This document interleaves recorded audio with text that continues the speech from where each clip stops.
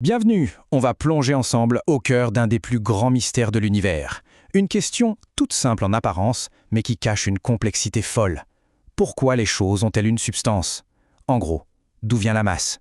C'est LA question qui a empêché des générations de physiciens de dormir. Et la réponse, comme on va le voir, elle est aussi incroyable qu'inattendue. Pour vraiment comprendre l'univers qui nous entoure, il faut d'abord piger ce qui donne sa consistance à la matière. Et ce grand mystère, il se cache derrière une question qui paraît toute bête. Prenons un exemple très concret.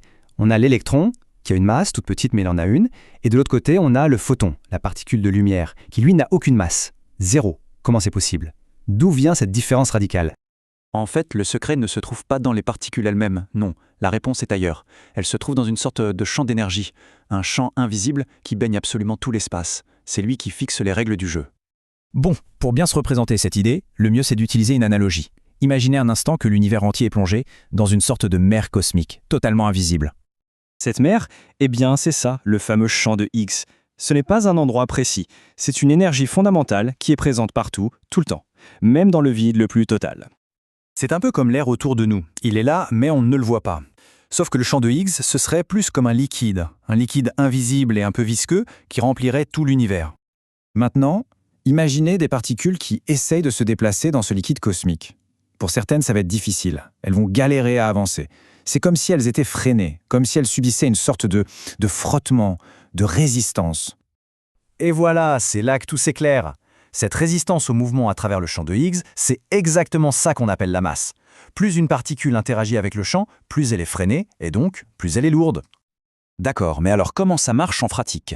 Pourquoi certaines particules sont freinées et pas d'autres? Eh bien tout, absolument tout, est une question d'interaction. Prenons les deux cas extrêmes. D'un côté, on a notre électron. Lui, il interagit à fond avec le champ de Higgs. Du coup, il est freiné, et cette friction lui donne sa masse. Et de l'autre côté, le photon. Lui, il traverse le champ comme si de rien n'était. Aucune interaction. Résultat, il file à la vitesse de la lumière sans aucune masse.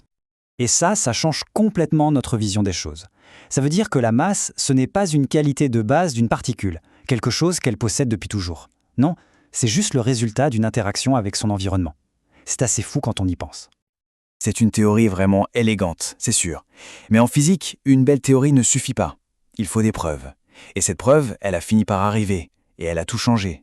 Le grand tournant, c'est cette année-là, 2012. Une date qui est entrée directement dans les livres d'histoire de la science. Ça s'est passé au CERN, dans l'accélérateur de particules géant, le grand collisionneur de hadrons. En faisant s'entrechoquer des particules à des vitesses proches de celles de la lumière, les scientifiques ont réussi à exciter le champ de Higgs. C'est comme s'ils avaient réussi à créer une vague dans cette mer cosmique. Et cette vague, c'est une particule, le fameux boson de Higgs.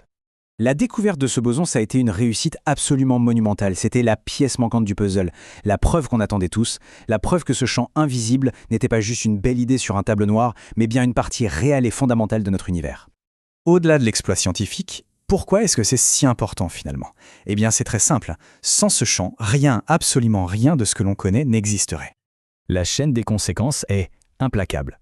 Pas de champ de Higgs, pas de masse. Sans masse, les électrons s'échapperaient à la vitesse de la lumière et ne pourraient jamais former d'atomes. Sans atomes, eh bien pas de matière, pas d'étoiles, pas de planètes, et bien sûr, pas de nous. Le champ de Higgs, c'est donc en quelque sorte l'architecte secret de notre univers.